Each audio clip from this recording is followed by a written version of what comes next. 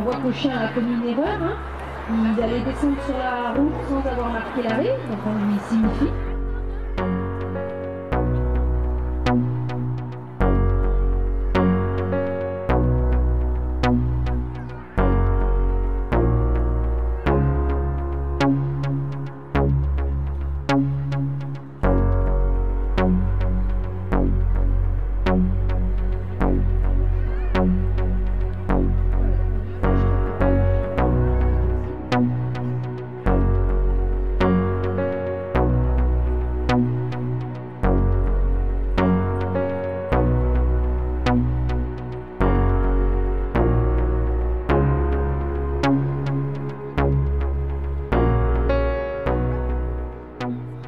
Donc là, on demande au chien l'arrêt. Alors l'arrêt, en fait, c'est une intersection non matérialisée. C'est des choses qu'on rencontre de plus en plus souvent en ville, parce que partout maintenant, c'est la mode des zones 30, des zones 20. Donc on met tout à plat. Alors ça rend service aux personnes qui sont en fauteuil roulant.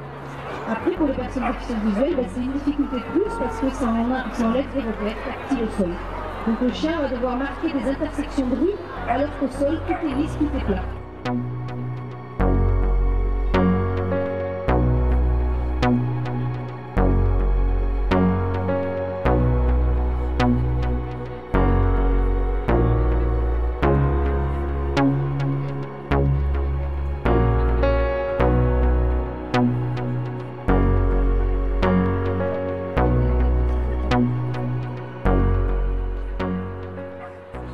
Donc, comme je vous disais, le chien est capable de faire tout un tas de recherches. Il peut trouver une porte, il connaît la porte, l'ascenseur, la montée, la descente, l'escalator.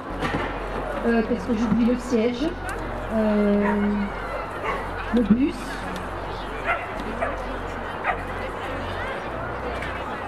Voilà, donc le chien indique la descente, hein, c'est-à-dire qu'il coupe la route à la personne déficiente visuelle de façon à mettre la personne en sécurité.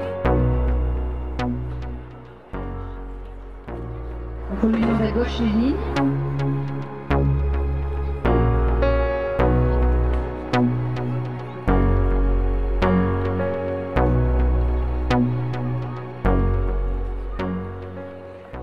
Alors là, on a un vélo qui obstrue le trottoir, donc le chien va devoir faire un contournement.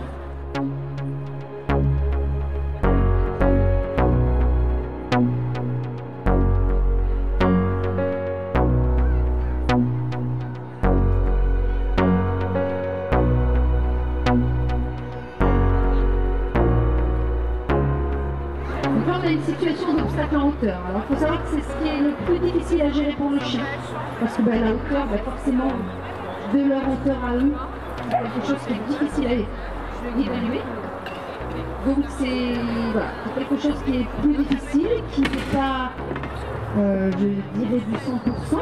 Hein. Il peut y arriver que les obstacles en hauteur ne soient pas perçus par les chiens. Mais on va dire que c'est toujours plus efficace que la canne blanche qui, elle, ne détecte aucun obstacle en hauteur.